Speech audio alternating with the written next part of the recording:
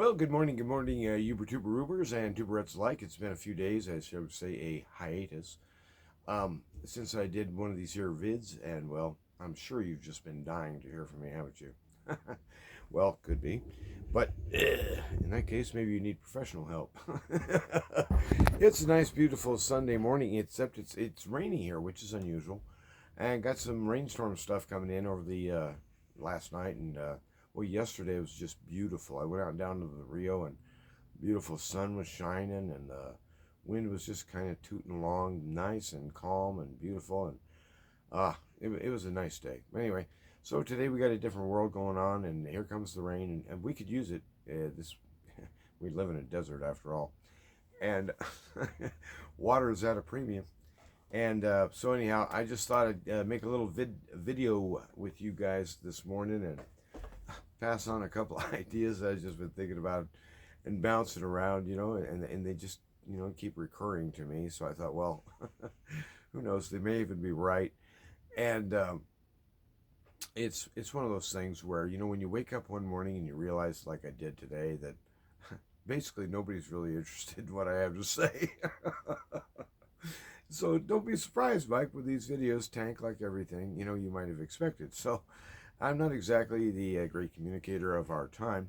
But anyway, I was listening to one of the great communicators of our time, DJT, the other day, and it was a live thing with Tucker, and I didn't want to listen to the whole thing, to be honest with you, because the guy was getting a little repetitive. But anyway, what the Donald Sturb, what they used to call that guy? They had a name for him when he had that TV show. He kept firing people. But anyway, whatever they used to, the Donald, that was it, the Donald. And whatever the Donald had to say. But anyway, he was correct. He was correct. He was saying that, professional pollsters, political hacks, who sell themselves to each candidate year by year to help their candidate move ahead. They said, other candidates, and I mean, we're not kidding around here. Even Reagan would be doing good to, draw a crowd of.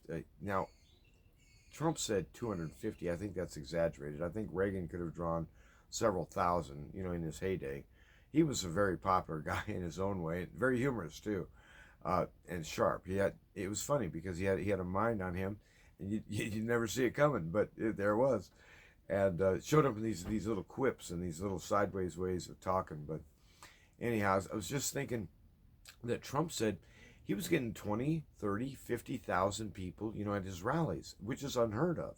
And I got to thinking about it after I turned the thing off, and I thought, well, yeah, I don't remember, certainly not Richard Nixon. I don't remember any candidate that I ever was even mildly interested in, which is very few of them, um, being able to stir up numbers like that. At one of them, I think it was close to 100K at one rally, 100,000. I mean, that would fill up, what was that big old, I think the Rose Bowl holds, I don't know, 60 or 80,000. Anyway, I don't know. But the thing is that as we think about the ideas of our time, we're in a time of big change. I think that was the point that Trumpster was getting at, was that there's a lot of people all over the world now, but also in the USA. They say it's an awakening, and maybe there's something to that. I don't know if it's going to be a revival of Christianity or just a general spirituality, because Vivek Ramaswamy falls right into this thing, and he's a Hindu. So I mean, the thing is that we've got a big groundswell idea going on here, which by and large I deeply distrust and never have believed in. But old guys keep reconsidering the same ideas over and over again, and I got to thinking about. I've made this comment in more than one video on this political stuff, and I think I've probably said it here as well. This time go around, it really wasn't even about the right versus the left, the red versus the blue, the conservative versus the liberal. No, it was kind of beyond that, and it was more like the people who remember America as America versus these neo-Marxist globalists who want to take over everything and micromanage you. And so the thing is that it was like kind of a choice between which race do you choose? Do you choose Adam or this transhuman thing that's coming online here?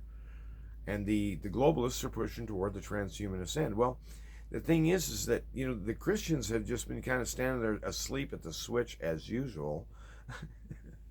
And the distinction isn't exactly even American versus, I don't even know what you call these people, because as an example, they're consistently hurling the word fascist, Nazi at anyone who disagrees with them.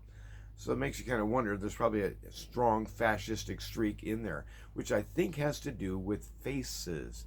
If you take a look at the idea of Janus, two faces, I think that had to do with two faces. So at any rate, they're two-faced.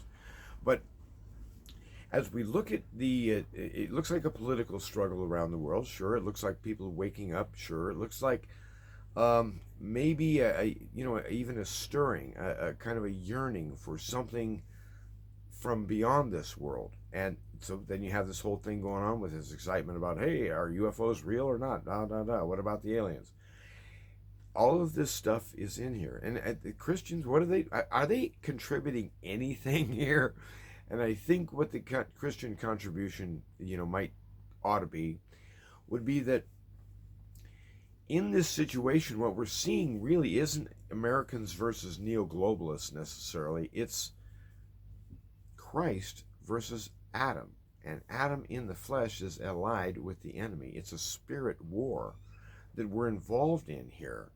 And so as a Christian, you might go back and reread Jude and James and stuff like that. These guys are on this page pretty strongly. Ungodliness. You hardly ever hear the word anymore. And coming out of the mouth of the church people, you'd think occasionally, not at all. In other words, there's an ungodly streak. Everything is opposed to ever admitting the reality of his presence. This is the guy that invented air. This is the guy that thought of the breathing system. Have you ever thought about how intricately designed you are, even all the way down to the cellular level? Oh, there's some fascinating structural stuff in the simplest living thing. And in us, it's astonishing. It's a architectural, engineering, manufacturing, and low-level miracle. It's a regular full tilt miracle that we stood up as human beings with these kind of semi-autonomous, self-regulating systems on board, blood pressure and hormones and oxygenation. I don't even know. Don't forget the anti-inflammatories, and all of the ability to fight off disease. I mean, what are the odds of that happening by accident? I used to talk about the odds of evolution and the odds of this so-called explanation that life just jump-started by chance in an ocean somewhere due to a lightning bolt and some guck, and it sprung to life. And ever since then, it just kept going. Bullshit. But anyway, the odds of that, it'd be like if you flew over the plains of Calcutta in the world's, I think the C-5A might, if it's not the biggest, it's one of the biggest cargo planes in the world. If you float, a whole fleet of C-5As above the plains of India, tossing bricks out the ass end, 1, 2, 3, just keep pitching bricks out. The plane is flying circles over the same area. What are the odds of those landing in the shape of the Taj Mahal by chance? That would be the odds of these so-called explanations. So the globalist Marxist is linked up with the evolutionists and all the Darwinists and all that racial euthanasia and that whole Nazi guck is rooted right in the center of their ethos, these globalists. So who's the Nazi now? Well, in terms of this, what boils out for me as an old guy, because let's face it, when you're young, you're bulletproof, especially if you're a guy. You never consider death. You never consider risk, really, very seriously. You do some of the damn stupidest things ever, and you could have died. And God bless you. You didn't. That's for another day. But the thing is that we don't have any real respect for the fact that, keep this under your hat, you're invisible, and so am I. I know that sounds ragingly insane, so don't, before you call the guys in the white jackets, when you go to a funeral and you see the body laying there, the stiff, do you think that's the person you knew? No, you say that's their body. You make a distinction, right? Why? Because you know and I know that after you die, after I die, whenever that is, I shall pass out of my body and I will still be me, just less the body. So I'm largely invisible. I'm soul, I'm spirit, I'm mind, I guess you could say, strength, because those are the features the Lord mentions, how you love the Lord with your heart, your mind, your strength, and your soul.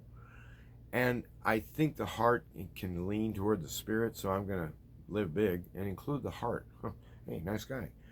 But the situation is that you're invisible and you are operating, or you're dwelling in a body, and the hands do anything you want them to, as within limits. And he has designed this thing on his first try, by the way. No overs, no boo-boos. And there was no natural selection to create you. You are a special person created on purpose by him. And our central thing is to relate back to our Maker, to find our dad. That's who we are. We're made for him and him for us. And that's what covenant language is all about. I will be their God, and they shall be my people. It's become a matter of his own honor, a pledge, a swearing of oath on his own honor, that he will capture the hearts and the minds and the lives of his children and deliver them. He's the Redeemer King, the kinsman Redeemer, who sticks closer than a brother. It's all about Jesus. Get on down to church and quit making excuses. I know it isn't perfect. Join the club. Have a good day. God bless you, and run to win, because the thing is that in this race, it's not a race to see who can achieve the largest pile of crap before you die. It's a race toward our dad. It's a race toward letting go of all of your crazy ass fears and paying attention to what really matters. The center of everything, the King, in person, in us, with us. He's what it's about, baby. And if your sermons ain't about Jesus, if they ain't about the cross, if they ain't about the empty tomb, if they ain't about the empty hillside where he blasted off, or that hillside when he's coming back home, I don't want to hear your damn sermon. I want to hear about Jesus. Amen.